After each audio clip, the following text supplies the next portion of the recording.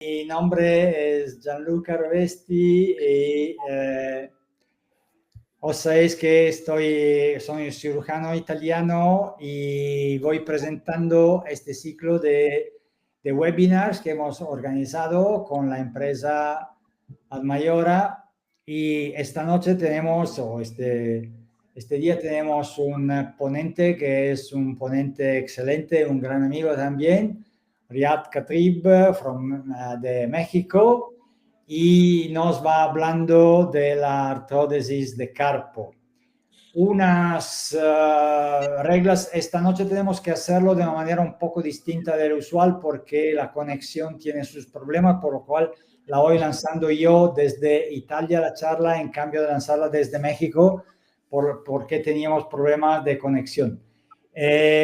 Si tenéis preguntas, podéis poner el texto de la pregunta en la columna a la derecha, ¿vale? Por lo cual, al final de la charla, Riyad va contestando a las preguntas que hay en la columna. Vamos a tener 3 pequeñas pausas de publicidad, son 30 segundos cada, por lo cual decimos que no son demasiado pesadas. Por supuesto, necesitamos el soporte económico de la empresa también para organizar estos eventos gratuitos, por lo cual decimos que es algo que tenemos un poco que aguantar para tener este tipo de opción. Vale, creo que está todo listo, por lo cual empezamos con la primera pausa de publicidad. Al final de esta, Riyad va empezando con la charla.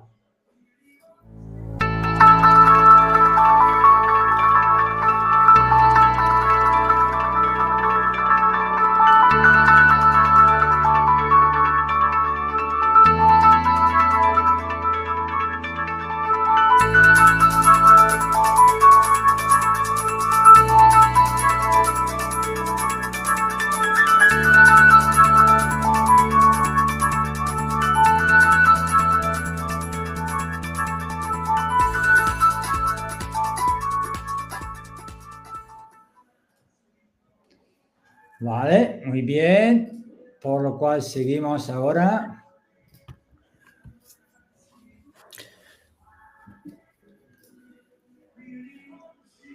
Ok, ¿se ven? Yo lo veo bien, Gianluca. Perfectamente, por lo cual podemos empezar. Riyad.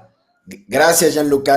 Gracias por la invitación. Gracias a todos. Ya veo muchos nombres conocidos que están conectados. Les mando muchos saludos. Y pues bueno, voy a hablar el día de hoy, como les dijo el doctor Rovesti, de la artrodesis de carpo. Algunos puntos que yo hago, que yo sigo, algunas reglas, porque es una cirugía que a todos nos causa muchos problemas. Entonces, bueno, pues es lo que voy a hablar y voy a compartir mi experiencia.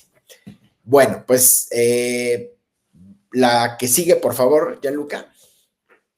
Muy bien, como índice de esta charla, vamos a hablar algunos puntos importantes de la anatomía del miembro torácico, las proyecciones adecuadas de rayos X para un diagnóstico preciso, puntos importantes a considerar dentro de la técnica de la artrodesis, injertos, algunos casos clínicos y cuidados postquirúrgicos.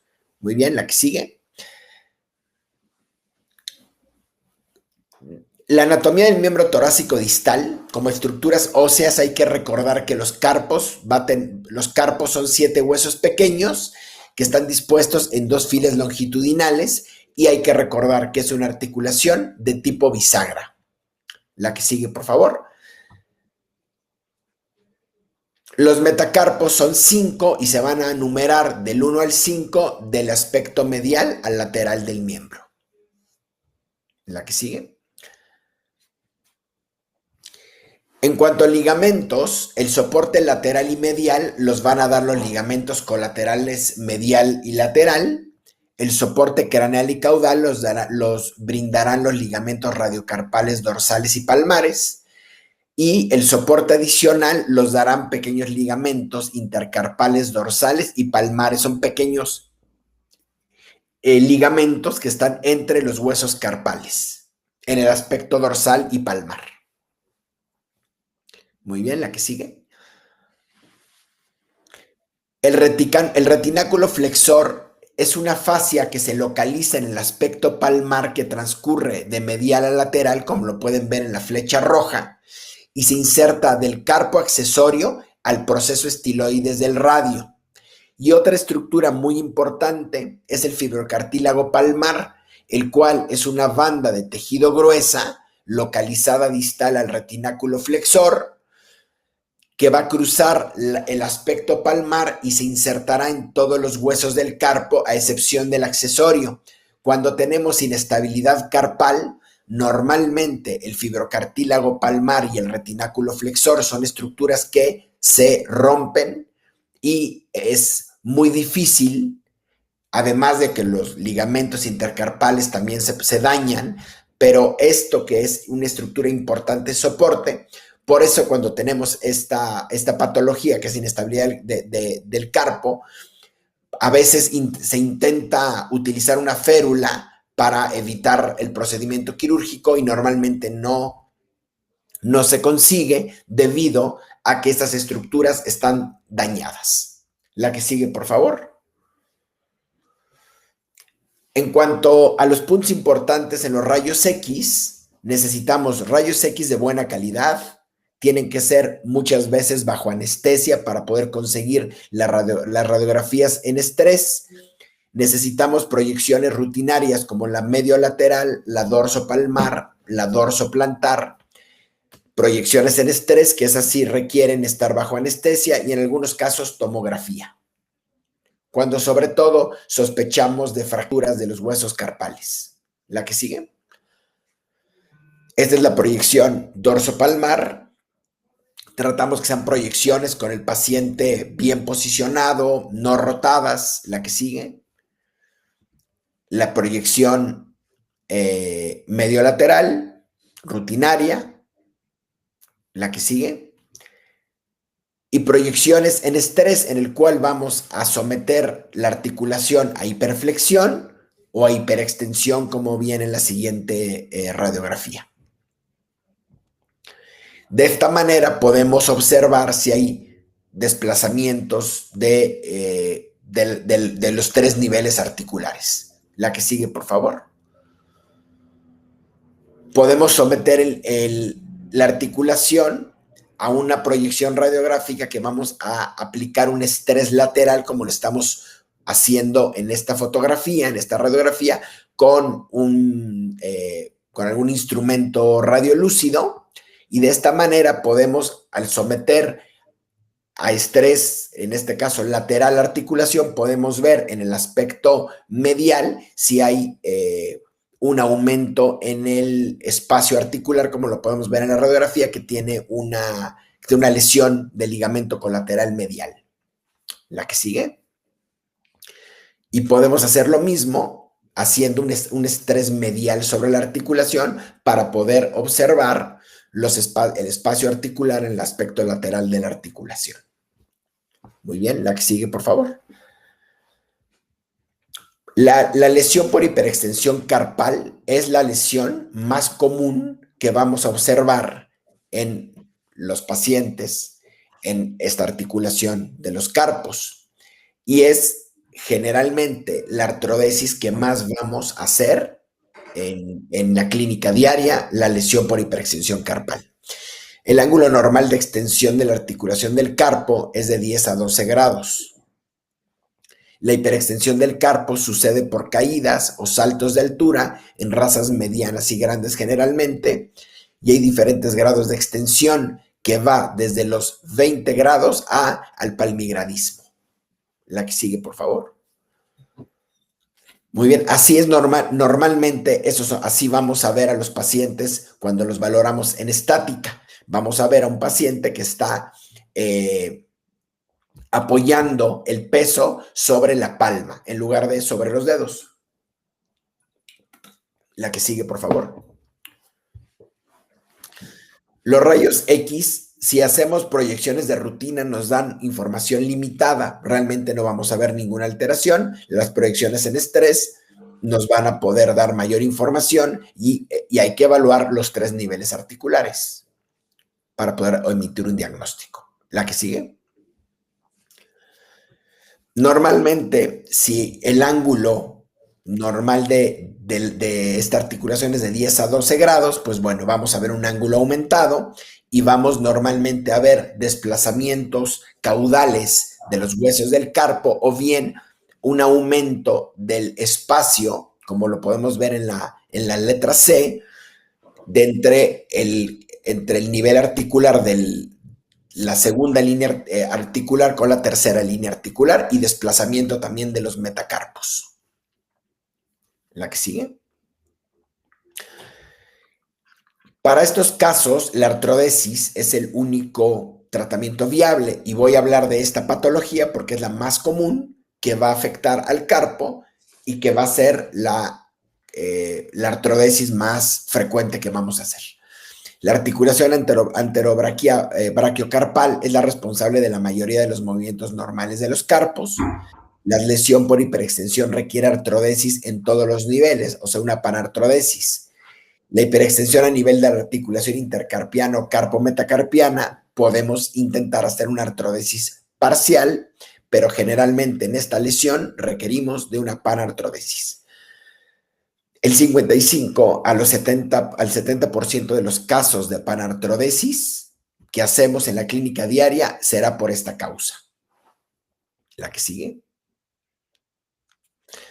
El abordaje de la articulación del carpo es un abordaje minucioso en muchas estructuras. Tenemos que estar muy bien familiarizados con esta articulación para poder hacer un buen abordaje. Hay algunos puntos importantes que quiero mencionar. La posición del paciente. Yo normalmente lo hago con el paciente en decúbito dorsal, con el miembro que voy a operar obviamente de mi lado. Ahora, podemos ponerle una bota a las falanges del paciente como lo hacemos, utilizamos una bota con alguna venda estéril como lo hacemos en la mayoría de nuestras cirugías, pero a mí me gusta no hacerlo. Yo prefiero que se haga un rasurado minucioso de las falanges y durante el periodo de preparación remojamos, sumergimos los dedos en alguna solución de yodo clorexidina durante 15 minutos. Yo prefiero durante el procedimiento quirúrgico ver los dedos porque al momento de la colocación de la placa cabe la posibilidad de que no podamos percibir la dirección de los dedos y al momento de que le quitemos la bota al finalizar la cirugía podemos ver que hay algún grado de rotación, lo cual a mí me parece, alguna vez me sucedió y ahora lo que hago es no utilizar bota y hacer esto que les acabo de mencionar para poder ver al momento de colocar la placa, ver la dirección de los dedos. La que sigue, por favor. Algo que es muy importante en estas cirugías, debido a que son cirugías que tenemos sangrados constantes, utilizar electrocirugía, utilizar un instrumento de electrocirugía. Yo utilizo electrocirugía bipolar, a mí es la que me gusta. Este es un equipo que se llama LigaSure, que es un equipo que tiene, la pinza es una pinza muy fina que tiene el mismo electrodo activo y pasivo. No requerimos colocarle una placa al paciente ya que la corriente no lo atraviesa. No hace disección, solamente hace coagulación, pero es suficiente para poder hacer una muy buena coagulación de todos esos vasos que sangran durante el procedimiento quirúrgico. La que sigue. La otra opción es utilizar electrocirugía monopolar. Aquí, pues, como todos conocen, hay muchos equipos. Consiste en un generador con un electrodo activo con forma de lápiz y un electrodo de retorno que hace tierra. En estos pacientes, cuando utilizamos estos equipos, el paciente es atravesado por la corriente. Por lo tanto, se le coloca una placa. El efecto dependerá del contacto, el tiempo, la configuración del equipo. Hacen hemostasia solamente en vasos más pequeños a 2 milímetros. Son muy útiles para disección y hay diferentes puntas de estos electrobisturís. Lo que yo les recomiendo es utilizar cualquiera de las dos opciones. No hacerlo verdaderamente sí se puede hacer, por supuesto, pero se vuelve una cirugía muy larga y vamos a tener sangrados constantes que no nos van a permitir ver adecuadamente nuestra zona quirúrgica. La que sigue. Después de que ya hacemos nuestro abordaje, necesitamos quitar, fresar, retirar todo el cartílago de los 3 niveles articulares. Y para eso se necesita hacer un fresado con una fresa de alta velocidad. Utilizar algo diferente no nos va a llevar a tener éxito. Solamente una fresa de alta velocidad es capaz de quitar todo el cartílago que rodea, ¿ok? Que cubre a los huesos del carpo en sus 3 niveles articulares y a la parte distal del radio. Hay muchas marcas. En el mercado pongo esta fotografía porque es el equipo que yo utilizo. Es un equipo que se llama TPS de Stryker, que además pues tiene muchos aditamentos. Esa misma fresa es la que se utiliza para cirugía de columna y es una fresa que además, la que sigue por favor, hay diferentes diámetros. Eso es algo muy importante. No podemos utilizar una fresa de un solo tamaño. No somos capaces de poder retirar el cartílago adecuadamente porque son huesos muy pequeños y requerimos utilizar fresas de 1 milímetro hasta 5 milímetros e irlas intercambiando dependiendo de la zona donde estemos trabajando para poderla meter entre los espacios de los huesos del carpo. La que sigue. Siempre que hacemos el fresado necesitamos irrigar. ¿Por qué? Porque al ser una fresa de alta velocidad aumenta mucho la temperatura, hay termonecrosis y eso puede ser un factor de que no haya fusión en esa zona donde no se irrigó y donde hubo lesión térmica a las células. La que sigue. Ok, ya hicimos nuestro abordaje, utilizamos electrocirugía. Ya hicimos el fresado apropiadamente de todos los huesos, ahora necesitamos colocar la placa. ¿Dónde colocamos la placa? Se puede colocar en el aspecto dorsal, que es como normalmente se utiliza. Nos da resultados exitosos, sin embargo, en esta posición, la placa es sometida a mayores ciclos de doblamiento. Por lo tanto, la placa se podría romper. Si la colocamos en el aspecto palmar, es biomecánicamente el mejor sitio. Sin embargo, es un abordaje muy complejo. Yo nunca he colocado una placa en una artrodesis pancarpiana en esta posición. Se puede utilizar en el aspecto medial, el cual da resultados comparables con otros sitios de colocación y es un sitio donde a mí me gusta mucho también colocar las placas cuando hago una artrodesis pancarpal. Y siempre hay que recordar que el miembro lo debemos de dejar a 10 a 12 grados de extensión. Muy bien, la que sigue. Muy bien. Podemos utilizar placas hechas especialmente para una artrodesis o podemos utilizar placas convencionales. Normalmente las placas que están diseñadas para hacer una artrodesis son placas híbridas. Quiere decir que los orificios de la placa proximales serán más grandes que los distales para poder utilizar tornillos más grandes en el radio y más pequeños en los metacarpos.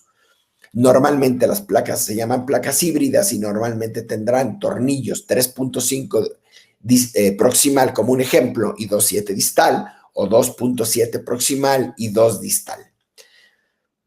Pero también podemos utilizar una placa convencional. Preferentemente, estas placas deberían de ser bloqueadas y pueden ser de acero o pueden ser de titanio. La que sigue, por favor.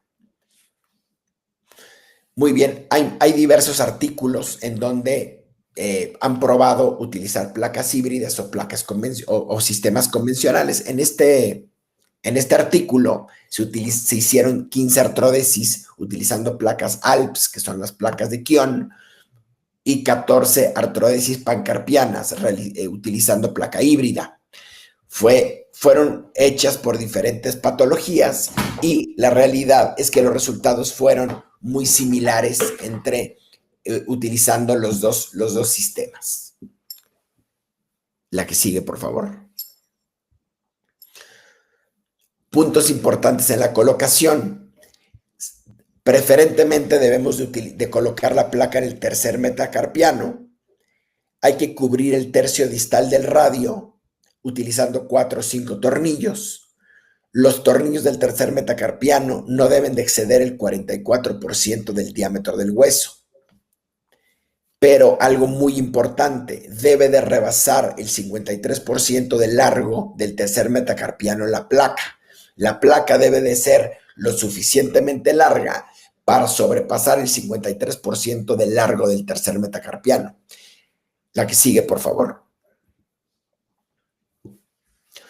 En este artículo, en el cual se evaluaron fracturas asociadas, fracturas en los metacarpos, en cirugía de artrodesis pancarpiana en perros.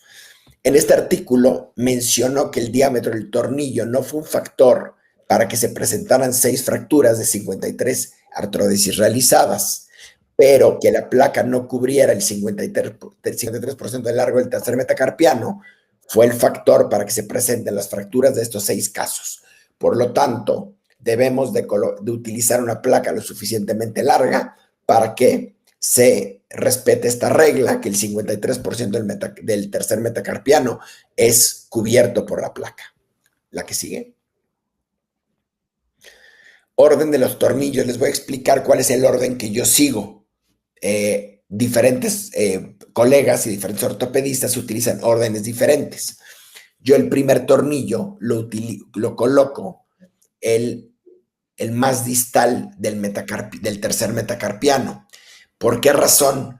Porque es muy importante que toda la línea de orificios de la placa estén centrados, están exactamente en el centro del tercer metacarpiano.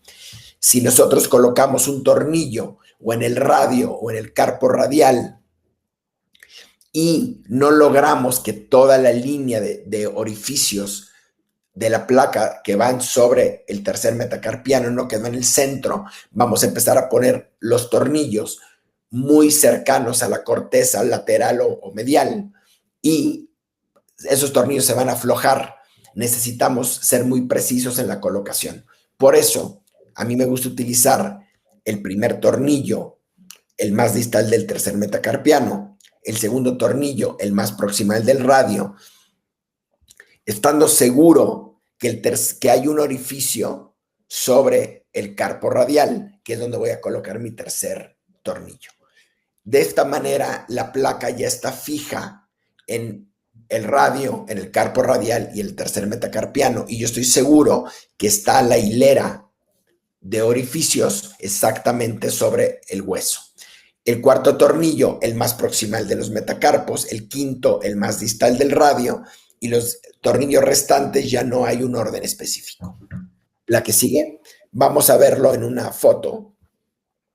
Es una placa híbrida. Este sería el orden que yo utilizo. El más distal, el primer tornillo. El segundo tornillo, el más proximal del radio. El tercer tornillo, el que va sobre el carpo radial. El cuarto tornillo, el más proximal del metacarpo. Y el quinto tornillo, el más distal del radio. Y los demás ya no importa. La que sigue. Muy bien. Injerto.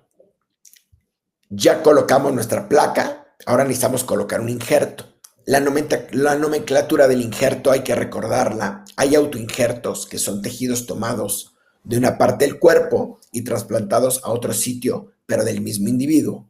Hay aloinjertos, que son tejidos obtenidos de un individuo y trasplantados a otro de la misma especie. Pero también hay genoinjertos, que son trasplantes de tejido de un individuo a otro, pero de distinta especie. ¿La que sigue? Muy bien. ¿Cómo actúa un injerto? Actúa de dos maneras, haciendo osteoinducción, en el cual es un proceso mediante el cual las células mesenquimales indiferenciadas que provienen de un injerto fresco se transformarán en células osteogénicas después de ponerse en contacto con la matriz ósea. ¿La que sigue? Y la otra forma de actuar del injerto es haciendo osteoconducción, el cual proporciona una base tridimensional hacia la cual las células mesenquimales migrarán y proliferarán. Se hace como una red para que estas células puedan migrar y puedan hacer el objetivo de esta cirugía, que es la fusión articular. ¿La que sigue? Muy bien. El autoinjerto es el estándar de oro para hacer esta cirugía. Ese es el más importante. Las trabéculas estarán rodeadas de osteoblastos cuando lo tomamos el autoinjerto, y de esta manera proveen osteogénesis bajo la influencia de algunas citocinas locales. La matriz ósea del hueso esponjoso va a liberar diferentes citocinas y factores de crecimiento de la matriz extracelular. Un injerto bien cosechado mantiene su estructura, que sirve como un andamiaje para formar hueso nuevo, o sea, haciendo también osteoconducción. Por lo tanto, un autoinjerto tendrá las propiedades de autoconducción y osteoconducción y osteoinducción. O sea, un autoinjerto de hueso esponjoso cumple con estos dos criterios. ¿La que sigue? Muy bien, pero tiene desventajas como todo. Normalmente obtenemos un limitado volumen y tamaño del injerto que puede obtenerse, y sobre todo en un paciente de raza pequeña, miniatura, un gato, obtenemos muy poco injerto. Hay dolor y sangrado postquirúrgico. El tiempo de anestésico está aumentado porque es un procedimiento adicional que tenemos que hacer. Puede haber infección en el sitio de la obtención, o podrían llegar a haber fracturas iatrogénicas al momento de tomar el injerto. ¿La que sigue? ¿Qué necesitamos para tomar un autoinjerto? Necesitamos una broca, un taladro. Hay diferentes materiales y diferentes maneras de hacerlo. Puede ser un clavo, una cureta, una sierra oscilatoria, un osteotomo, un trépano de Mitchell, que es el que utilizamos para tomar biopsias óseas, o una aguja de Yamshidi. ¿Cuándo tomarlo? Hay cirujanos que lo toman al inicio de la cirugía, antes de hacer el procedimiento quirúrgico de la artrodesis, o hay cirujanos que lo hacen al final. Yo lo hago al inicio. Sin embargo, pues eso es a gusto de cada cirujano. Hay algunos que lo prefieren hacer al final. ¿Por qué? Porque tiene un tiempo de duración determinado, que ahorita lo vamos a ver. Sin embargo, a mí me gusta hacerlo al inicio de la cirugía. ¿La que sigue? ¿Dónde podemos tomar un injerto? Del tubérculo mayor del húmero, del ala del ilion, la que sigue, por favor, de la cara medial de la tibia proximal, o sea, de la metáfisis tibial, o de los cóndilos del fémur. La que sigue. ¿Cómo lo obtenemos? Hacemos una perforación en el hueso, hacemos obviamente un abordaje, con un elevado periósteo movemos el tejido blando, podemos poner unos separadores de Gelpi pequeños y hacemos una perforación. La que sigue. Una vez hecha la perforación, con una cureta la podemos meter y podemos ir sacando el tejido. La que sigue, por favor. El tamaño ideal de las partículas será de 3 a 6 milímetros. La que sigue. Podemos utilizar una aguja de Yamshidi o un trépano, que dan muy buenos resultados. A mí me gusta mucho utilizar este tipo de instrumentos para tomar hueso esponjoso.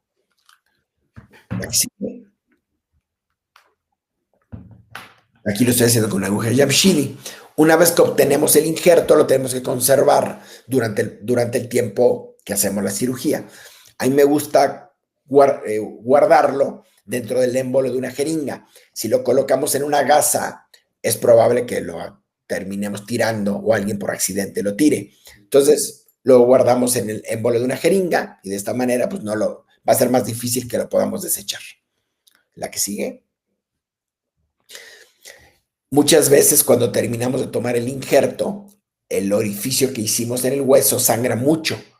Entonces yo utilizo cera ósea, utilizo un pedazo de cera ósea y con un instrumento, con el dedo, rellenamos el orificio y de esa manera deja de sangrar inmediatamente. La que sigue. Tenemos que mantener el injerto el tiempo en lo que lo utilizamos. Podemos conservarlo en sangre, en solución salina, en solución dextrosa al 5%, en Ringer lactato. La viabilidad será de 4 a 5 horas, por eso a mí me parece que lo puedo tomar al inicio de la cirugía, porque no es una cirugía que nos tardemos 5 horas. Pero algo importante, solo sobrevivirá menos del 10% de las células, por eso hay que tomarlo bien y conservarlo bien. La que sigue. Aquí les voy a poner un ejemplo de un paciente que se le tomó no fue un injerto, pero se le tomó una biopsia y después de la toma de biopsia hubo una fractura, se le tomó con un trépano de Mitchell. Entonces hay que tener mucho cuidado con los diámetros de las brocas o de los trépanos o de los agujas de Jamshidi cuando tomemos un injerto, porque pueden haber fracturas patológicas. Perdón, fracturas iatrogénicas. En este caso fue una fractura patológica, por el perro tenía un tumor, pero se fracturó después de la toma de biopsia. La que sigue. Una vez que terminamos nuestra colocación de la placa, pues bueno, ya tenemos nuestro injerto, pero a mí me gusta utilizar otras cosas. ¿Por qué? Porque la cantidad de injerto que tomamos siempre es muy pequeña.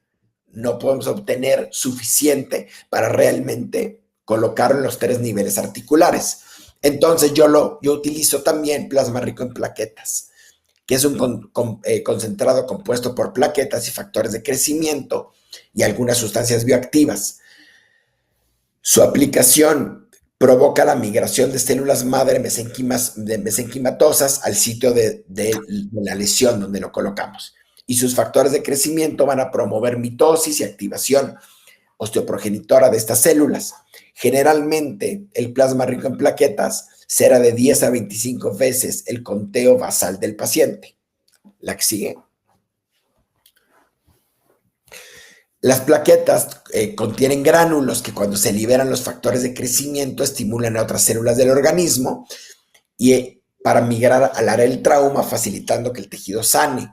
Hay factor de crecimiento derivado de plaquetas, factor de crecimiento endotelial, factor de crecimiento fibroblástico y factor de crecimiento epidermal.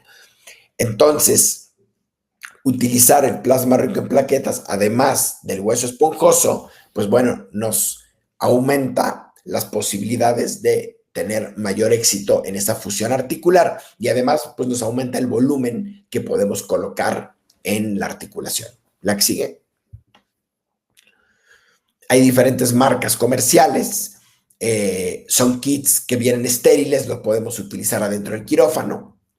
La que sigue. Se toma y se procesa dentro del quirófano. Pero también hay aloinjertos. En aquellos pacientes que no podamos obtener hueso esponjoso porque son muy pequeños, podemos utilizar hueso desmineralizado de perro. Este hueso ha sido procesado para remover la fase mineral, dejando solo los factores de crecimiento, óseo y colágena. Estos aloinjertos son osteoinductores y osteoconductores. En México compramos y utilizamos los de un banco de hueso de Estados Unidos que se llama Veterinary Transplant Services. Seguramente en Europa o en los diferentes países habrán algunas empresas que hagan estos mismos productos, pero bueno, es el que yo utilizo en México. La que sigue, por favor. Muy bien, ventajas: menos tiempo quirúrgico, No hay otro sitio quirúrgico, obtenemos mayor cantidad de injerto. Normalmente vienen de 0.5 a 10 centímetros cúbicos. Los resultados, según nos dice este laboratorio, nos dan resultados similares al autoinjerto y no hay dolor post colecta del injerto, que en medicina humana está bastante documentado que el dolor post toma de injerto a veces es mayor que el dolor de la misma cirugía. Entonces, bueno, eso puede ser una ventaja. La que sigue. Así viene normalmente, viene estéril, vienen estos como cajas de Petri. Es un frasco, se abre y ahí podemos, la que sigue, podemos mezclarlo. Se debe de utilizar solución salina. La que sigue, por favor. En este caso, pues tomo el hueso esponjoso y lo revuelvo. Cuando puedo utilizar todas las variedades de injerto, pues los utilizo. Y lo revuelvo, en este caso, con el hueso desmineralizado de perro, más el PRP, y de esa forma, pues ya tengo un volumen mayor. La que sigue. Aquí estoy colocando el plasma rico en plaquetas y luego, pues ya lo colocamos. Lo colocamos en los 3 niveles articulares y de esta forma, bueno, obtenemos una mayor cantidad. La que sigue. Podemos utilizar otras cosas, la hidroxiapatita. La hidroxiapatita es un material osteoconductivo. Siempre cuando la utilicemos debemos de utilizar hidroxiapatita que tenga poros que sean de 100 a 500 micrómetros. Y debe tener de 75 al 80% de poros esta hidroxiapatita. La tasa de reabsorción es prolongada, por eso radiográficamente van a pasar muchos meses y la vamos a seguir viendo. La que sigue. También podemos utilizar cerámicas. Las cerámicas son sintéticas, son absorbibles, están compuestas por óxido de calcio, óxido de sodio, de silicio, y lo que hacen son osteoconductoras, pero también son osteoestimulativas. Estimulan a células localmente para la formación de colágena, hay neovascularización, inducen la neovascularización. En México tenemos esta que se llama BH1 y seguramente, bueno, habrán en diferentes países otro tipo de biocerámicas. La que sigue. Aquí lo estamos colocando, revolviendo en un recipiente estéril. La que sigue. Y aquí los podemos mezclar y una vez mezcladas, pues ya los colocamos en su sitio. La que sigue, por favor. Voy a hablar de un caso, el caso de Poliéster, un mestizo de 9 años, 25 kilos, que se cayó de una alberca vacía. 3 meses estuvo con manejo de férula porque los dueños no querían operar a Poliéster.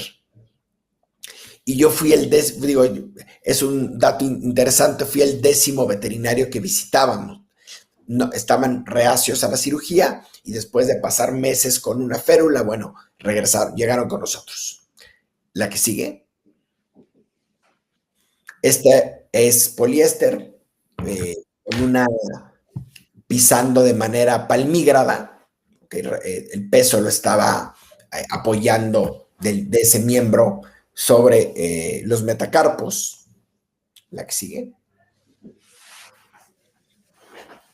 Aquí vemos radiografías convencionales en su proyección cráneo-caudal y medio lateral. Perdón, dorso palmar y medio lateral. La que sigue. Sus proyecciones en estrés. Vemos en la proyección medio lateral, pues vemos desplazamiento caudal del carpo radial, un aumento del espacio articular entre el carpo accesorio y el carpo radial. Y pues bueno, creo que el diagnóstico era muy sencillo. La que sigue. Y en este caso se le colocó una placa de acero híbrida. Como lo podemos ver, esa es la radiografía inmediata, la que sigue. 2 meses después de la cirugía, este perro venía de Tijuana, que es un estado de la República Mexicana, que es muy lejos de donde yo estoy en la Ciudad de México, y bueno, me iban mandando las radiografías y ya podíamos ver que ya se fusionaba la articulación, ya no se percibía la articulación intercarpiana y carpometacarpiana, entonces se veía un poco el nivel articular carporradial, la que sigue. Aquí vemos, no sé si puedas activar el video, Gianluca, a los 3 meses después de la cirugía, ya la vemos corriendo, haciendo su vida normal, la que sigue. Aquí lo vemos 6 meses después de la cirugía, ya con un uso normal del miembro.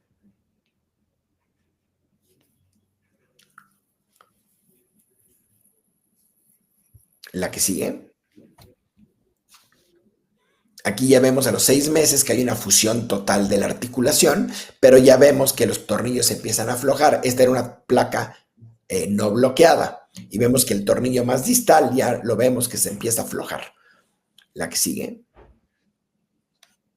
Y se retira la placa a los 9 meses y vemos que está fusionada los 3 niveles articulares y retiramos la placa. Es muy importante cuando hablen con los propietarios de las mascotas que son sometidas a cirugía, hablar con ellos y decirles que es muy probable que la placa se tenga que retirar. Es muy común que hayan fístulas meses después o se aflojan los tornillos y empiezan a dar problemas. Entonces, a mí me gusta que los clientes lo sepan desde el momento de la cirugía, que es probable que en algunos meses regrese a quirófano a retirar los implantes. La que sigue. Vamos a ver otro caso de un pastor belga malinois de 5 años, caído de altura. Cuando se evalúa la estática, no se logró hacer esto debido a que venía de otro centro veterinario con férulas en los 2 miembros torácicos. No se desplazaba el paciente y tenía a la manipulación inestabilidad dorsal, palmar, hacia varus y hacia valgus. Una vez que retiramos las férulas, realmente tenía un gran daño articular bilateral. La que sigue. Aquí podemos ver inclusive también luxación de los metacarpos en el miembro torácico derecho. La que sigue. Y en el miembro torácico izquierdo, pues vemos también una gran inestabilidad hacia todos los aspectos dorsal, palmar, medial y lateral. La que sigue. Este perro, pues, era un malinois, joven, un perro sumamente atlético, un perro de una raza que no pueden estar quietos. Entonces, en este caso, le utilicé 2 placas, una placa en el aspecto dorsal y una placa en el aspecto medial. Para perros de este tipo, a mí me gusta mucho utilizar 2 placas. Nos da una estabilidad muy buena. No estamos tan preocupados porque los perros no puedan guardar reposo y es una manera de resolver una artrodesis muy exitosa. La que sigue. Aquí vemos el miembro derecho, el anterior es el izquierdo, con 2 placas bloqueadas de titanio. La que sigue. Este perro vive muy lejos, por lo tanto no he podido tomar, es un caso reciente, no he podido tomar radiografías de control porque simplemente los dueños lo ven muy bien y no lo traen y bueno, sí podemos percibir que el perro anda muy bien. La que sigue. Aquí lo vemos a los 4 meses y vemos que está funcionando bien. La que sigue, Gianluca, por favor. Vamos a ver a todos. Ya tenemos una necesidad de una interrupción de publicidad y después volvemos en 30 segundos. Sí.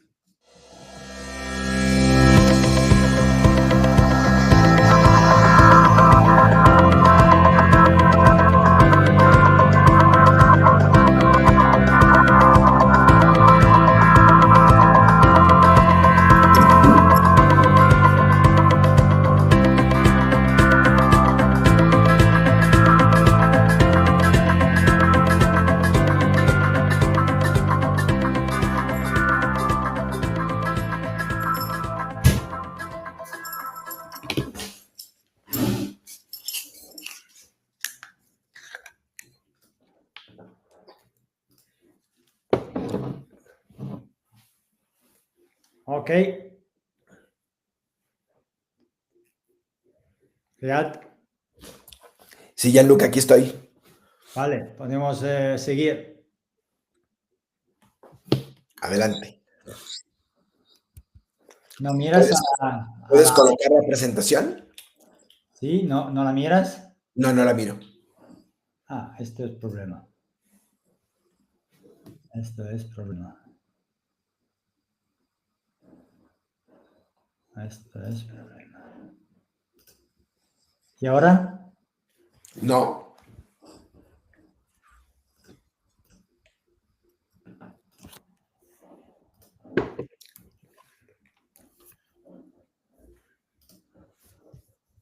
Ahora sí. ¿Ahora sí? Sí. Perfecto. Muy bien, vamos a seguir con un caso de Toby mestizo de 12 años que peleó con otro perro y a partir de esa pelea empezó a apoyar el miembro torácico derecho con palmigradismo, con claudicación de grado 2 y hay un aumento del rango de la extensión de la articulación carporradial derecha. Es lo que encontramos en este paciente. La que sigue. Así vemos su apoyo en estática. Aquí podemos comparar muy bien los dos miembros y vemos cómo tiende al palmigradismo en el miembro derecho. La que sigue. Creo que es un video, Gianluca, no sé si le puedas. Aquí lo vemos claudicando.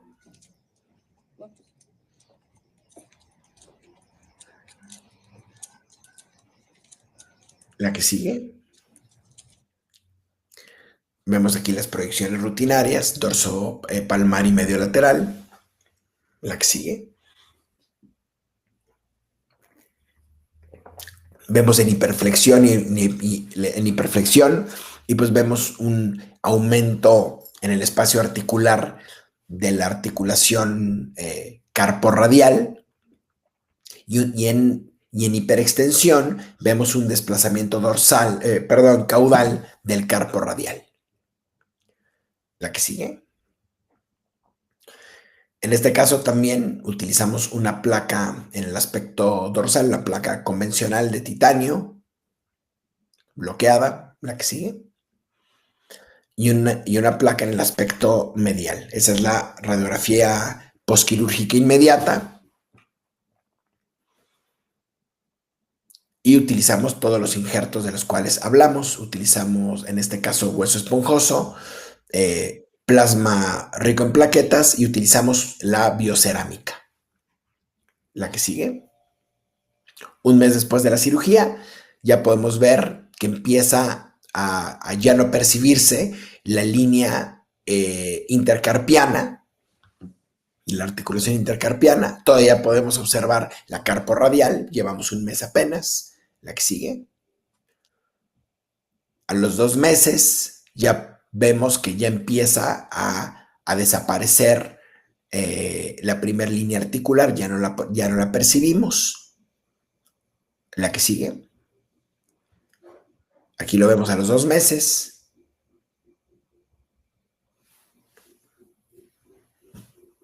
Caminando bien, utilizando el miembro de forma adecuada. La que sigue. 3 meses de seguimiento, ya no percibimos ya no vemos las articulaciones, ya no se perciben las líneas articulares, solamente se ve en la articulación carporradial, vemos el aspecto caudal que todavía se ve una línea radiolúcida.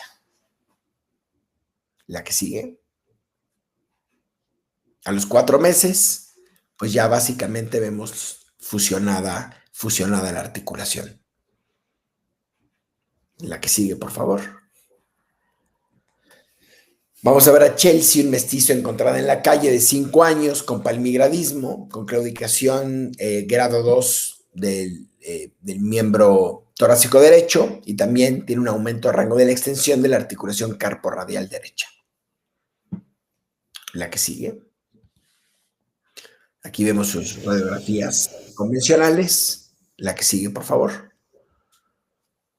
Y en este caso utilicé una placa híbrida y apoyada de una placa convencional en el aspecto medial.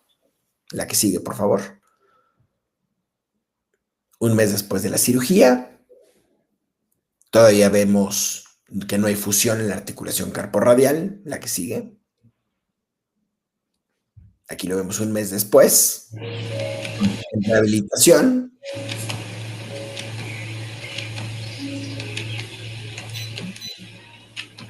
La que sigue, por favor.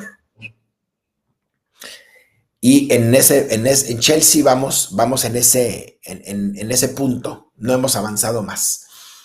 Ahora vamos a ver a Remy, que ese es un caso interesante porque es un poodle de 7 años, que este paciente tiene poliartritis erosiva inmunomediada. Es un caso interesante y podemos ver, el miembro no lo utiliza, podemos ver un gran aumento de volumen en la articulación. La que sigue, por favor. Este paciente tiene un tratamiento inmunosupresor y podemos ver que los huesos del carpo pues ya se lisaron y pues básicamente ya no existen. Vamos a ver que ya la articulación pues básicamente está a 90 grados, como lo podemos ver. Está totalmente inestable. La que sigue, por favor. Es un paciente... es un video, Gianluca.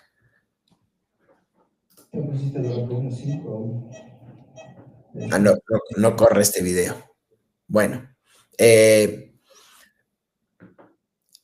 Hice una panartrodesis, en este caso, igual, convencional como lo hicimos, nada más que aquí, pues los huesos ya básicamente estaban lisados, ya casi no había cartílago, pero bueno, lo poco que había de cartílago lo terminé de fresar. La que sigue. Coloqué 2 placas, lo alineé lo más que se pudo, fue muy complejo. Tenía también mucho tejido fibroso. La que sigue. Se utilizaron injertos, los mencionados anteriormente. La que sigue. Y bueno, fue lo más que se logró. También utilicé dos placas, una dorsal y una medial. La que sigue. Aquí lo vemos a las 24 horas después de la cirugía. Es un video, Gianluca.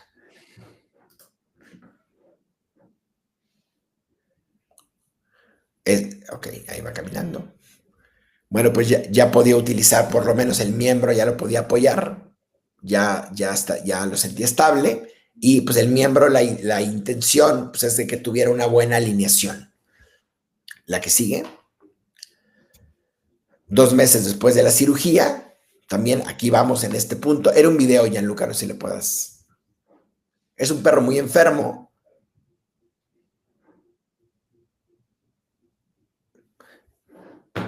No corre el video, Gianluca. No corre. No corre. Ahí va.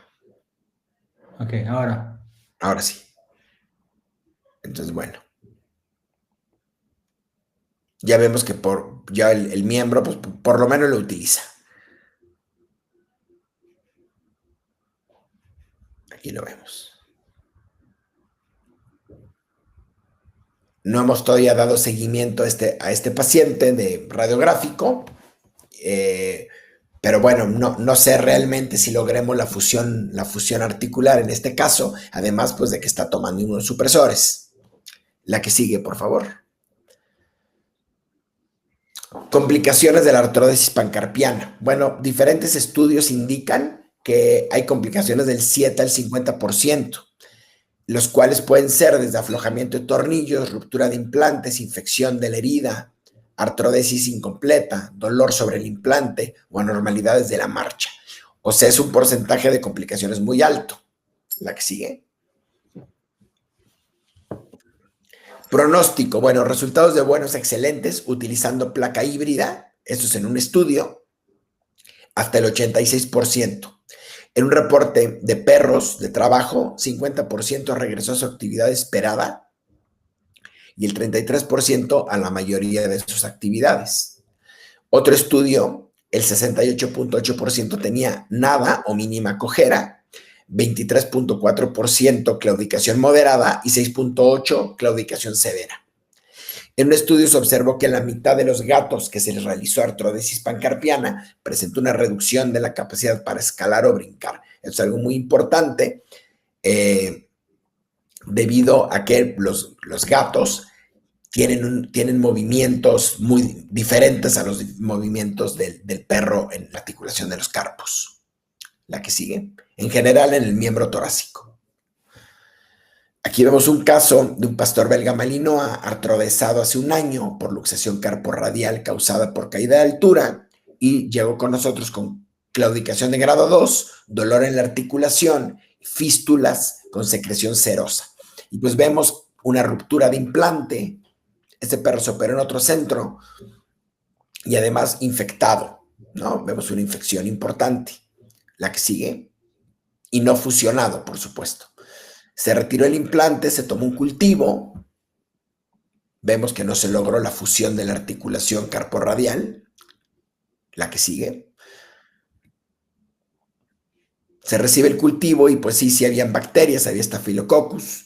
Se le instauró un tratamiento sistémico y el paciente, el propietario ya no permitió una segunda reintervención. La que sigue. Fístulas son comunes. Es una zona donde no hay tejido blando, entonces las placas básicamente están debajo de la piel. Las placas, hay algunas casas comerciales que comercializan algunas placas híbridas que son muy gruesas y el perfil de la placa es muy alto y inclusive cuesta mucho trabajo el cerrar la piel y muchas veces, pues bueno, presentan fístulas y la única solución realmente es el retiro del implante una vez fusionada la articulación. Fístulas de este tipo, como podemos ver, la que sigue. Cuidados posquirúrgicos. Vendaje de Robert Jones un día, es lo que yo hago, un día, el día de la hospitalización. Fomentos fríos los primeros 2 días, 20 minutos, de 3 a 6 veces por día. Fomentos calientes los siguientes 5 días, 20 minutos, de 3 a 6 veces por día. Iniciar de inmediato la fisioterapia. Algunos autores recomiendan férula 6 semanas. Esto es a discreción del cirujano. Yo en lo personal no utilizo férula después de que sus pacientes se van a casa. Analgesia 3 semanas. Normalmente AINES con tramadol. Antibiótico 8 días. Generalmente cefalosporinas. Esto es controversial, por supuesto. Reposo absoluto 12 semanas. Caminatas con correa, confinamiento. Y hay que hablar siempre del retiro del implante para que no hayan sorpresas para los clientes. La que sigue. Muy bien. En este artículo en el cual se valoraron artrodesis sin férula, describieron las complicaciones mayores y menores, resultados a corto y largo plazo, utilizando placa híbrida para artrodesis pancarpiana sin uso de férula. 15 artrodesis dorsales, complicaciones menores del 23%, mayores del 17%, 13 propietarios, o sea, el 87% juzgaron resultados de la cirugía excelentes, 2 propietarios, el resultado bueno nada más, y la conclusión fue que la paraartrodesis sin el uso de férula puede ser exitosa. Las férulas dan muchos problemas, estoy seguro que a todos nos ha sucedido, que una férula hace que la piel se infecte o que se necrose el tejido. Entonces, a mí no las utilizo para este tipo de cirugía. La que sigue. Antibiótico profiláctico para cualquier artrodesis. Bueno, el papel del antibiótico es limitado, por eso les comenté que es controversial. Bristow y algunos otros autores, en un estudio, 71.7% de los casos de artrodesis recibió antibiótico y el 73% de otro estudio, utilizando la placa de Orthomed, la cashless plate, reportando una tasa de infección de hasta el del 19%. Y otro autor, Tuan, y otros autores, en una serie de 12 perros usando placa híbrida bloqueada, 30% de los pacientes desarrollaron infección a pesar de que todos recibieron antibiótico. Entonces realmente pues, es controversial el uso, creo que depende mucho de nuestro quirófano, de los implantes que utilicemos, de lo cuidadoso que seamos, pero bueno, esto se los dejo a su criterio. La que sigue, por favor. Conclusiones. Para hacer esta cirugía requerimos de tener un conocimiento anatómico preciso de la zona, un abordaje meticuloso, una adecuada interpretación radiográfica, hay que utilizar equipo instrumental especializado, hay que utilizar el equipo de electrocirugía monopolar o bipolar, la que ustedes quieran. Es indispensable una amplia experiencia del cirujano para hacer una artrodesis. Hay que tener buena comunicación con el propietario debido a que tenemos porcentajes altos de complicaciones y hay que tener cuidados posquirúrgicos estrictos. Y la que sigue, por favor. Y con eso termino mi plática. Quiero agradecer mucho a Gianluca Rovesti por la invitación. Para mí fue un honor estar con ustedes. Y pues bueno, estaré muy contento en resolver algunas dudas. Muy bien. Una última publicidad y después todos los que tienen preguntas pueden hacer sus preguntas con el texto en la columna a la derecha, por lo cual después podemos hablar de todas las preguntas.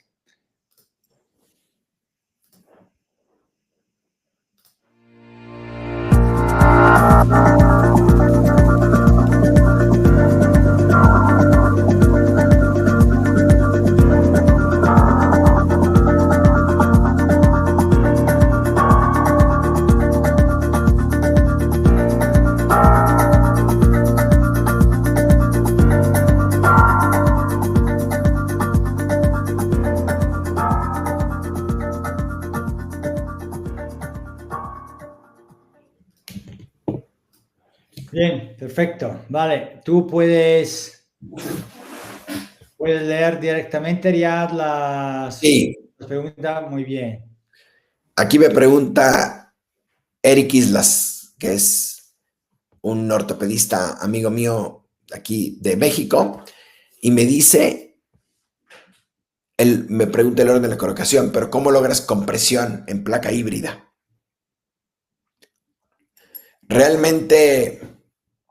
Realmente hoy con las placas bloqueadas no busco hacer compresión.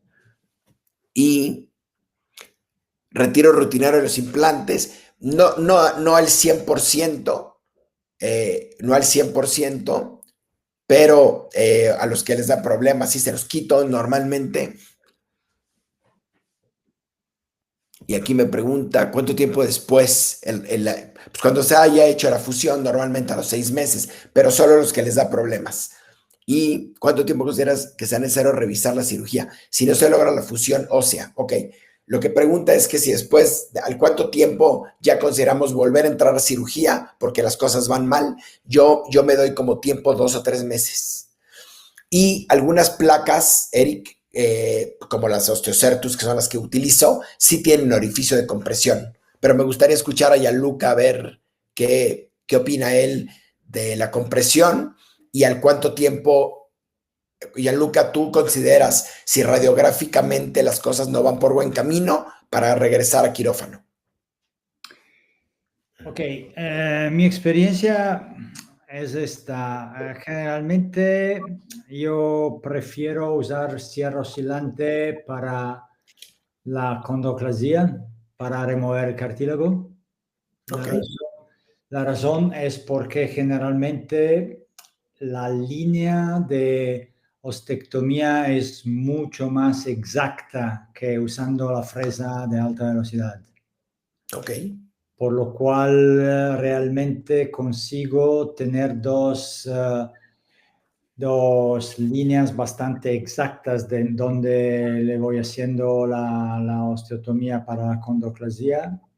Y yo estoy de acuerdo que en este caso concreto realmente no es importante darle compresión para dos razones. La primera razón es porque lo que se queda de los huesos carpianos es a menudo bastante pequeñito, ¿no? No hay muchísimo tejido óseo y por lo cual me interesa más dejarle más injerto que el hueso de las estructuras del carpo, por lo cual si le voy dando compresión, al final realmente no consigo tener bastante espacio para ponerle todo el injerto. Y en este sentido, por lo cual, no, a mí me gusta realmente dejarle un poco la radio carpiana, sí puede ser un sitio donde darle compresión, pero la intercarpianas, las líneas intercarpianas, generalmente prefiero tener injerto que darle compresión. En este sentido, creo que tu sugerencia de poner el paciente de espalda es muy buena para razones distintas. La que ya tú mencionaste, es decir, mirar al eje de la extremidad. Porque de cualquier otra posición tú lo vayas poniendo, nunca te enteras realmente si el eje del pie está bien puesto. Claro. Pero la segunda razón es esta. Después que mi sitio habitual para sacar la esponjosa es la parte proximal del húmero, en la posición de espalda, la posición del húmero es excelente para sacarle la esponjosa. Si tú lo pones de otra manera, en el lado y otro, es mucho más complicado. En esta posición, el húmero realmente es mucho más sencillo hacerle el abordaje y sacarle el tejido esponjoso, por lo cual esta es un poco mi experiencia. Pero creo que es algo no habitual, pero la sugerencia que tú presentaste en tu charla de la doble placa, yo creo que es buena, una buena sugerencia.